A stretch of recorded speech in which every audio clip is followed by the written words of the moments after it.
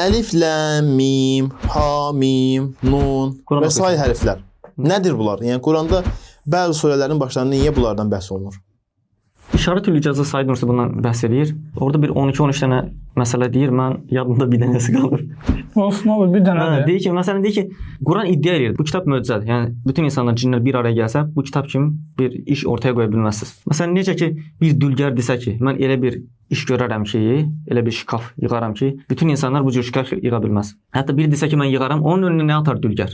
Taxtasını atar, taxtaları, taxta çəkic atar ki, al düzət. İndi Allah sanki hərfləri atır önümüzə.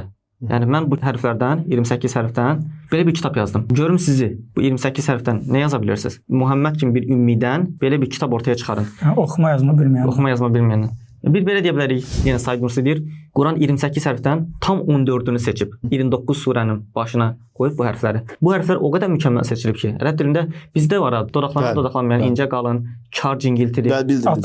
Bizdə 4 cür, 3 saitlərdə, biri samitlərdə. Ərəblərdə bu 16 cürdür. Quran 28 hərfdən elə 14-ünü seçib ki, deyirsən ki, təsadüfən atıbda Muhammed.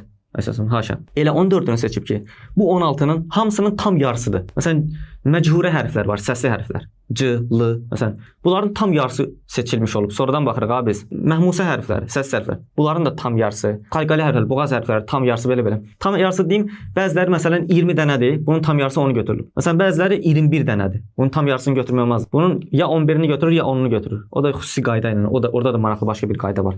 Bu da 40 milyonda bir ehtimaldır. Bunun təsadüfən seçilmə ehtimalı. 40 milyonda bir ehtimal. Bunu biz şeydə Instagramda yazmışdıq bir yerdə. Bundan başqa həmin möcüzələr çəkmişik. Bu vəbşi dəhşət bir şeydir.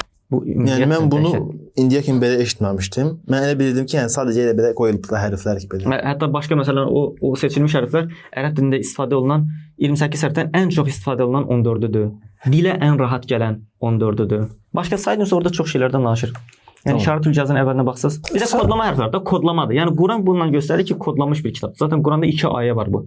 Quran özünün kodlanmış bir kitab olduğunu 2 ayədə vurğulayır. Kitab-ı mərqum deyir. Məsələn nun qədim Misir dilində nədir? Balıqdır, əkinçilikdir, miras buraxmaqdır.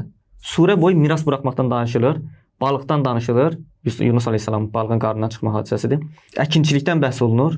Nun, vəl qələmi və mə yəsturun belə başlayır da nun. Həmin ayədən sonra Quranın sonuna qədər içində nun hərfi olan ayələrin sayı 681-dir. Yada saxla, 681. Həmin bu ayə 68.1-ci ayədir. 68-ci surənin 1-ci ayəsi. Taha var yenə orada, yenə Taha 20-ci surədir. Ona qədər ta və ha hərfləri 20 dəfə keçib. Burada bu ayələr çoxdur abi.